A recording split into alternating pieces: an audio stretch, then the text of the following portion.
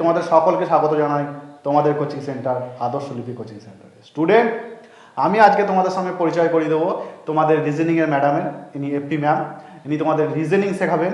তোমাদের যারা কম্পিটিটিভ এক্সামের জন্য প্রিপারেশন নিচ্ছ তাদের জন্য আমি চেষ্টা করছি এক একজন করে বিশেষজ্ঞ নিয়ে আসার, যারা তোমাদের স্পেশালভাবে ক্লাস করাতে পারবে।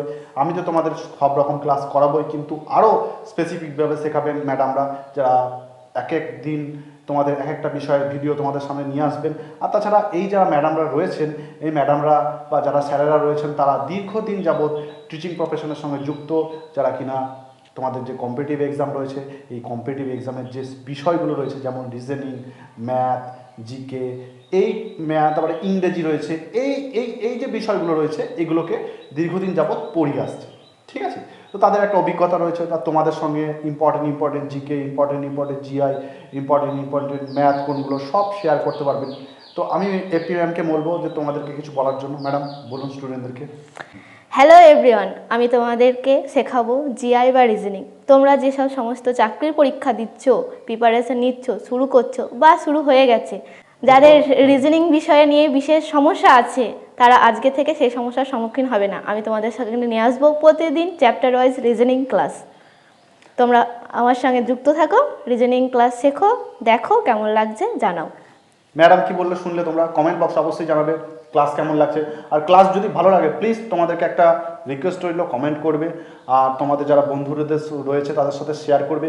আর যদি ভিডিওটা ভালো লাগে, তো তোমরা যদি নতুন হয়ে থাকো চ্যানেলে, তো চ্যানেলটাকে সাবস্ক্রাইব করবে, পাশের যে বেল আইকনটা রয়েছে সেটাতে একটা ক্লিক করে দেবে। দেখো তোমাদের জন্য সম্পূর্ণ ফেসিলিটি নিয়ে আসার চেষ্টা করছি, সম্পূর্ণ সুযোগ সুবিধা তোমাদের জন্য। যদি তোমরা ভালোভাবে চাকরি পাও, এর থেকে বড় পাওয়া আমাদের কাছে কিছু হতে পারে না। ঠিক আছে? তো আমরা চেষ্টা করব সব থেকে বেস্ট পারফরমেন্সটা দেওয়ার আমাদের, যাতে তোমরা ভালো রেজাল্ট করতে পারো। তো আর কিছু বলার নেই, তোমাদের সঙ্গে ম্যাডামের ইন্ট্রোডাকশন আমি করিয়ে দিলাম। এবার ম্যাডামের সঙ্গে তোমাদের ডেইলি ক্লাসে প্রায় দেখা হবে। আর আজ এ পর্যন্তই। আর ম্যাডামের ক্লাস এখনই শুরু হবে, আজকের ক্লাস। তো আজকের ক্লাসটা কেমন লাগলো কমেন্ট বক্সে জানাবে। যদি ভালো লাগে সেটাও জানাবে, যদি খারাপ লাগে সেটাও জানাবে। ঠিক আছে? আজ এ পর্যন্তই। দেখা হচ্ছে তোমাদের সঙ্গে অন্য কোনো ভিডিওতে, অন্য কোনো গুরুত্বপূর্ণ টপিক নিয়ে। তো দেখো স্টুডেন্ট, আজ তোমাদের নিয়ে এসেছি ডাইস। ডাইস মানে লুডুর ছক্কা। তোমরা তো জানোই ডাইস হচ্ছে ঘনক, সেইটাই লুডুর ছক্কা। তো লুডুর ছক্কা নিয়ে তো সবার প্রচুর সমস্যা থাকে। তো দেখো আজ ডাইস কীভাবে হয়। ডাইস এরকম প্রথমত দু রকমের হয়, একটা হচ্ছে স্ট্যান্ডার্ড ডাইস আর একটা হচ্ছে নন স্ট্যান্ডার্ড ডাইস। তো প্রথমে আমরা তো জানি লুডুর ছক্কায় কতগুলো তল থাকে, 6টি তল থাকে। কতগুলো তল থাকে? 6টি তল থাকে। 6টি তল থাকে। তো দেখো, তো একটা ছক্কায় কটা তল থাকে? 6টা তল থাকে। 6টা তল থাকে। তো যখনই এই তলগুলো দুটো তলের যোগ করে সর্বদা 7 আসবে, তখন আমরা তাকে স্ট্যান্ডার্ডাইজ বলবো। যেমন 1 + 6 সমান হয়ে যাবে এটা 7, 2 + 5 এটা হয়ে যাবে 7। যখনই দেখবে যে ছক্কা বা ডাইসের মধ্যে দুটো তল যোগ করে 7 আসছে, মানে দুটো তলের যোগফল সর্বদা 7 আসছে, তখনই আমরা সেটাকে বলে দেবো স্ট্যান্ডার্ড ডাইস। তো স্টুডেন্ট দেখো, ডাইসের যে নন স্ট্যান্ডার্ড যে ভাগটা পড়ছে, নন স্ট্যান্ডার্ড ডাইস, এই ভাগটাই হচ্ছে আমাদের ইম্পর্টেন্ট। পরীক্ষায় যে প্রশ্নগুলো আছে সাধারণত এই নন স্ট্যান্ডার্ড ডাইস থেকেই দেয়। তো আমরা এখন শিখবো নন স্ট্যান্ডার্ড ডাইস কোনগুলো বা কীভাবে চিনবো। ঠিক আছে?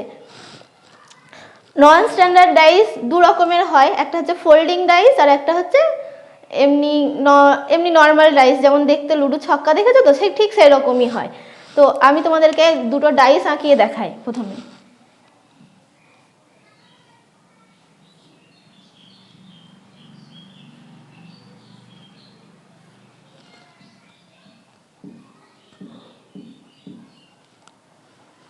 এই যে ডাইসগুলো দেখছো দুটো, ধরো এখানে লেখা আছে 6, এখানে লেখা আছে 5, এখানে লেখা আছে 3, আবার এখানে যদি একটা লেখা থাকে 6, এখানে লেখা থাকবে 4, এখানে লেখা থাকলো 2।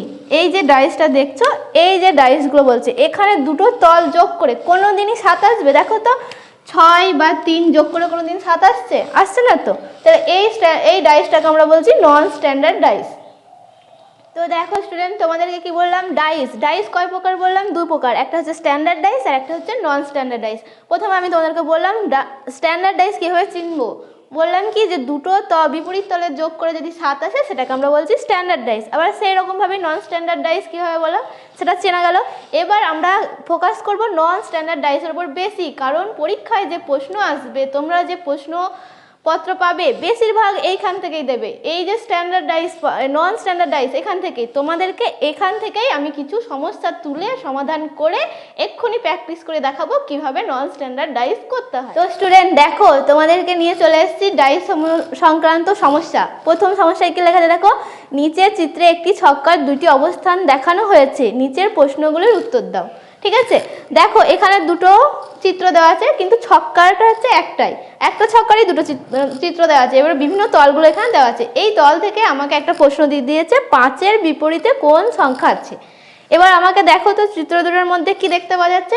প্রথমে আমরা ডাইস যখন দেখবো দুটো চিত্রের মধ্যে কমন কোন সংখ্যা আছে।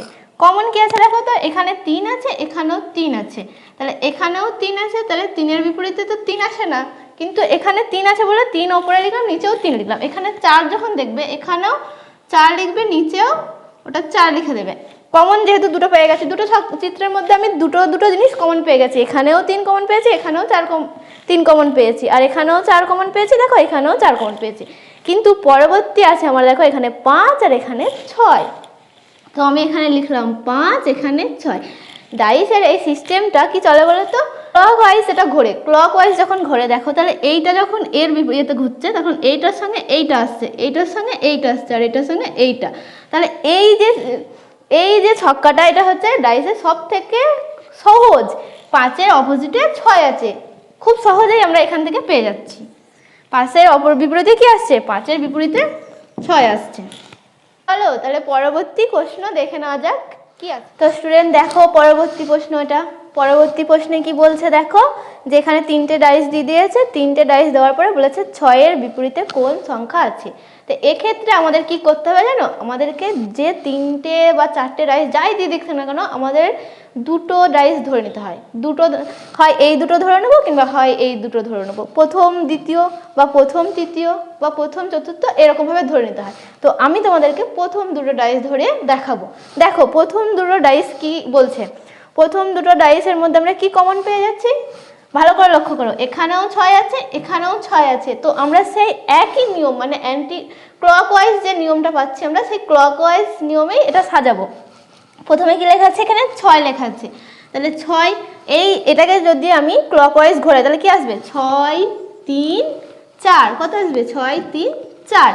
ঠিক সেমভাবে যদি আমি আবার এইটাকেও লিখি, তাহলে দেখো 6 থেকে 6 যেহেতু কমন পেয়েছি, কমনটা কমনের নিচে লিখে দেবো, তাহলে 6টা এখানে লিখে দিলাম, দিয়ে তারপরে ঘুরিয়ে লিখবো। দেখো কত আছে এখানে, 5, তারপরে 2, এই যে লিখে দিলাম। এখানে তোমরা একটা ভালো করে জিনিস লক্ষ্য করো, আমরা তো জানি যে ডাইসের 6টা তল, তাহলে কি থাকে, 1, 2, 3, 4, 5, 6, এই তো 6 থাকা দরকার, কিন্তু আমরা দেখো তো এখানে কি আছে, 2, 4, 3, 6, 5, অর্থাৎ বা এটা ভালো করে লক্ষ্য করো যে কত আছে এখানে, যে মিসিং নাম্বারটা কি আছে, এখানে মিসিং নাম্বার আছে 6 এর, এখানে মিসিং নাম্বার হচ্ছে 1, মিসিং নাম্বারটা হচ্ছে 1। তো দেখো 6-এর বিপরীতে আমাদের কি আসবে, 1 আসবে। 1 আসলে তবেই আমাদের প্রপার 6টা তল পাবো। দেখো 1, 2, 3, 4, 5, 6, তাহলে 6-এর অপোজিটে কি আসছে, 1 আসছে। তাহলে আমাদের এখানে 6-এর বিপরীতে অ্যান্সার কি আসবে, 6-এর বিপরীতে 1। এটাই হচ্ছে আমাদের 2 নম্বর প্রশ্ন। দেখো বুঝতে পেরেছো, যদি বুঝতে পারো তাহলেও আমাকে জানাও, আর যদি অসুবিধা হয় বুঝতে তাহলে তাও বলবে আমাকে যে কিভাবে বুঝবো। তো পরবর্তী প্রশ্ন নিয়ে আবার আলোচনা করছি। দেখো পরবর্তী প্রশ্ন, তো দেখো এখানে আবার নতুন একটা প্রশ্ন নিয়ে এসেছি। নতুন প্রশ্নটা কি বলছে দেখো, ঠিক আছে, নতুন প্রশ্নটা কি বলছে দেখো, যে এখানে এই যে 3টে ডাইস দিয়ে দিয়েছে, 3টে ডাইসের বলে দেওয়ার পরে আমাকে বলে দিচ্ছে 2-এর বিপরীতে কোন সংখ্যা আছে বার করতে হবে আমাকে।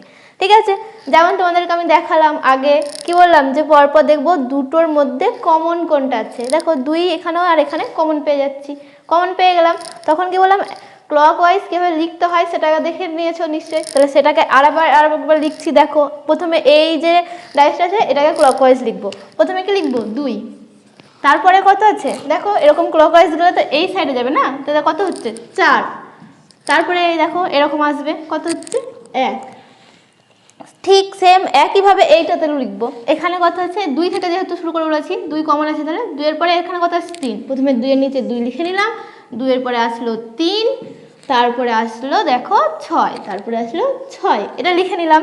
তোমাদেরকে আগের যে প্রসেসটা বললাম, একটু আগে যেটা বোঝালাম, যে দেখতে হবে আমাদের এখানের মধ্যে 6টা তলের কোন সংখ্যাটা মিসিং আছে। দেখো তো এখানের মধ্যে কোনটা মিসিং আছে। আমি এখানে পেয়ে যাচ্ছি 1, এখানে পেয়ে যাচ্ছি 2, এখানে পেয়ে যাচ্ছি 3, এখানে পেয়ে যাচ্ছি 4, 6 নেই কি আমাদের, 5 নেই কি আমাদের, এখানে 5 নেই, তাহলে 2 এর অপোজিটে হচ্ছে 5। এই যে বুঝতে পারলে তো কিভাবে 5 আসছে। এছাড়াও আরেকটা প্রসেস আছে, তোমাদেরকে আরেকটা জিনিস আমি ভালো করে বলছি, মাথায় মনে রাখবে। দেখো কি লেখা আছে এখানে, যে আমরা দেখতে পাচ্ছি এই যে ছক্কাটা কটা তল দেখতে পাচ্ছি, 1, 2, 3টে তল দেখতে পাচ্ছি, আর এটাতে কি দেখতে পাচ্ছি, 1, 2, 3টে, মোট 3টে। তাহলে আমরা যে এখানে দেখতে পাচ্ছি, এই দেখো এই একটা চিহ্ন আঁকালাম, আমার হচ্ছে 1, 2, 3টে 4টে, সাপোজ ধরো এটা 4টে তল, ঠিক আছে। 2 যেহেতু আমাকে বার করতে বলেছে, তাহলে 2টাকে আমি হাতে রাখলাম, আমার যে বাদ বাকি সংখ্যা কটা আছে ওটা বসিয়ে দিই। এখানে 4 আছে, দেখো 4 বসিয়ে দিলাম, এখানে 1 আছে, এখানে 1 বসিয়ে দিলাম, এখানে 2 আছে, এখানে 2টা হাতে রেখেছি, দাঁড়াও, এখানে কত আছে, 3 আছে, আর এখানে 6 আছে, এটা বসিয়ে দিলাম। এটা একটু ভালো করে লক্ষ্য করো, এই যে 4, 1, 6, 3 যে সংখ্যা কটা আমরা দেখতে পাচ্ছি, সেগুলো কোনো দিনই 2 এর অপোজিটে আসবে না। ডাইসে যে তল দেখা যাচ্ছে, যে সংখ্যাটা বলে দেবে তার সঙ্গে, সেটা কখনোই তার অপোজিটে আসবে না। তো ভালো করে লক্ষ্য করো তো, এই যে 4, 1, 6, 3 এরা কি কখনোই 2 এর বিপরীতে আসতে পারবে? আসবে না। কিন্তু দেখো 2 যখন আমাকে বলে দিচ্ছে বার করতে, পরে থাকছে 5, তাহলে 2 এর অপোজিটে আসবে 5। এটা হচ্ছে এর থেকেও সহজ, শুধু একটুখানি বুদ্ধির প্রয়োগ করলেই পারা যাবে।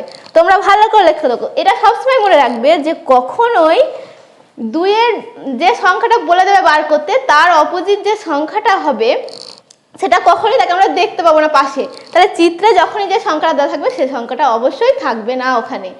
এই ডাইসটা এভাবে করলে তাড়াতাড়ি হয় আরও। তো দেখা হচ্ছে তোমাদের সঙ্গে পরবর্তী কোশ্চেন। তো দেখো তোমাদের যে 2টো ডাইস দেখালাম আগেও, এছাড়াও আর এক রকমের সমস্যা হয় ডাইসের, সেটা হচ্ছে এই দেখো এরকম দেখতে হবে, এটাকে বলা হচ্ছে ফোল্ডিং ডাইস। তোমরা তো দেখেছো যে কাগজ ফোল্ড করা হয়, ফোল্ড অর্থাৎ ভাঁজ। এই যে চিত্রটা তোমাকে দিয়ে দেবে, এই চিত্রটা ভাঁজ করার পরে যে ঘনকটা আকার নেবে, ঘনকের কোন তলটা বিপরীতটা উপরে হবে বা নিচে হবে, কোন ছবিটা হবে না, এই ধরনের কিছু সমস্যা থাকবে। তো তোমাদেরকে আমি শিখিয়ে দিই প্রথমে ভাঁজটা কিভাবে করব। এরকম যদি চিত্র দিয়ে দেয়, তো সব সময় দেখবে যে এই যে এই চিত্রটার ভাঁজ আসবে কেমন করে। প্রথমে দেখো এই যে 2, 3, 4, 5 এটা এক লাইন বরাবর দেওয়া আছে, এই লাইন বরাবর ভাঁজ করতে হয় মাঝের একখান বাদ দিয়ে, মানে এর বিপরীত তল আসবে 4। তাহলে 2 এর বিপরীতে কি আসবে, 2 এর বিপরীত তল আসবে 4। ঠিক সেম একইভাবে এক ঘর বাদ দিয়ে বলেছি, তাহলে 3 এর বিপরীতে কি আসছে, 5। তাহলে 3 এর বিপরীত তল আসছে 5।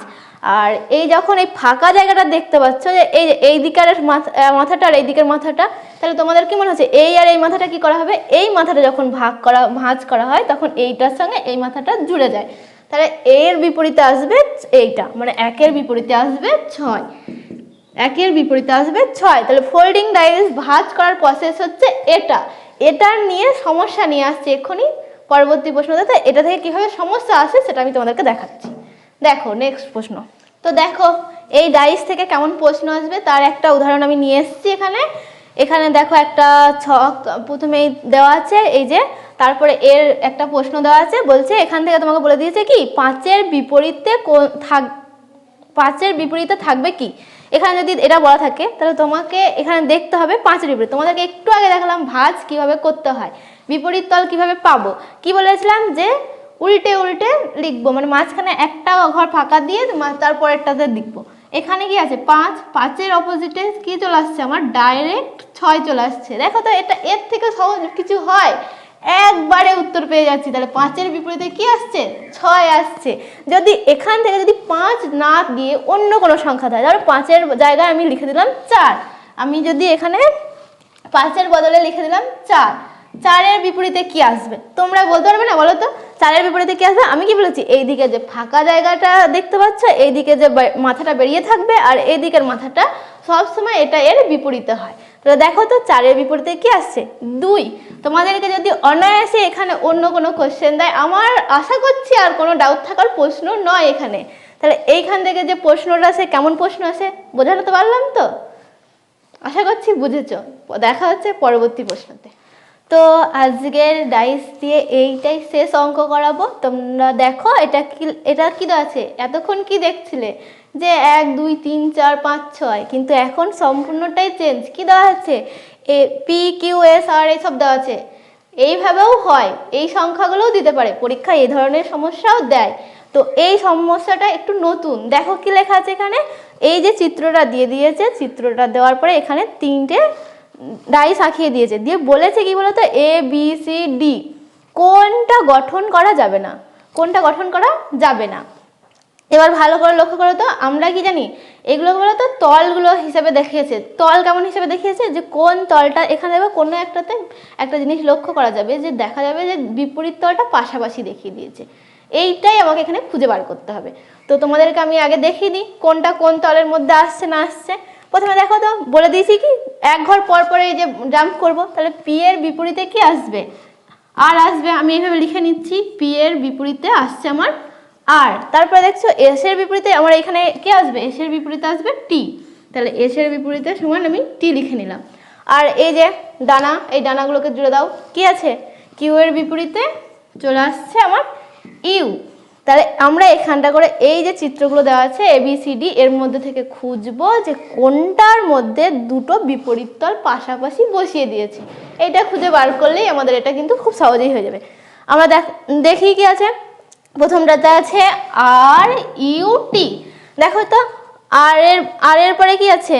আর এর বিপরীতে আর দেওয়া আছে, টি দেওয়া আছে, আর কি দেওয়া আছে? ইউ দেওয়া আছে। এরা কি পাশাপাশি বসতেই পারে, কেউ কারোর অপোজিটে নেই বা বিপরীতে নেই, তাহলে এইটা আমরা কি বসাতেই পারি, তাহলে এটা আমার ঠিক আছে, এই চিত্রটা ঠিক আছে। বিতে কি দেওয়া আছে? বিতে দেওয়া আছে পি কিউ আর টি। দেখো তো এখানে কি দেওয়া আছে? পি এর অপোজিটে আর আছে, তাহলে এটা আসতেই পারে। তারপরে কি দেওয়া আছে? কিউ, কিউ এর অপোজিটে কি দেওয়া আছে? কিউ এর অপোজিটে ইউ আছে, ইউটাও আসতে পারে। তারপর দেওয়া আছে টি, টি এর অপোজিটে কি দেওয়া আছে? এস আসছে, বা এস এর অপোজিটে টি। তাহলে এই চিত্রটাও আমার কি আছে? ঠিক আছে, এই চিত্রটাও আমি আঁকতে পারি, এই চিত্রটাও আমার ঠিক আছে। তারপরে আমার পরবর্তী দেখো সিতে চলে আসি। সি যেটা বলছে দেখো এস টি আর ইউ। দেখো তো এস এর অপোজিটেই প্রথমেই দিয়ে দিয়েছে টি। আমরা কি বললাম এতক্ষণ ধরে, যে তলটা অপোজিট বা বিপরীত থাকবে সেটা কখনোই পাশাপাশি আমরা দেখতে পাবো না। তো আমার এইটা ডি অপশন ছাড়াই আমার এখানে এটা সিটা সমাধান পেয়ে গেলাম। আবারও বলছি, ভালো করে বোঝো কি বলছি, যে এখানে দেখো কি দেওয়া আছে? এস টি আর ইউ দেওয়া আছে, তাহলে আমরা যেখানে পাশাপাশি চিত্র যেটা দেখতে পাচ্ছি, মানে এস, এখানে আমরা দেখো এস এর অপোজিটে টি আছে, মানে কখনোই এস এর অপোজিটে টি যেটা থাকবে সেটা কখনো আমরা পাশাপাশি চিত্রতে দেখতে পাবো না। তো এই যে এটা দেখাচ্ছে এটা ভুল, এটা ভুল দেখাচ্ছে। পাশাপাশি যে অপোজিটে থাকবে সে তো নিচে থাকবে, তাহলে সে তাকে কি করে দেখতে পাবো? তাহলে এখানে উত্তর যেটা দেওয়া আছে, এখানে যে প্রশ্ন দেওয়া ছিল যে গঠন করা যাবে না চিত্র, তাহলে এই চিত্রটা গঠন করা যাবে না। তো স্টুডেন্ট, আজকের ডাইসের ক্লাস আজকে এখানেই সমাপ্ত করলাম। তোমাদের যদি ভালো লেগে থাকে, তোমাদের যদি সমস্যার সমাধান হয়ে থাকে বা বুঝতে পেরে থাকো, তাহলে সেটাও আমাকে জানিও। আর পরবর্তী রিজনিংয়ের কোনো এক ক্লাস নিয়ে, কোনো একটা চ্যাপ্টার নিয়ে তোমাদের সঙ্গে পরবর্তী ভিডিওতে দেখা হচ্ছে।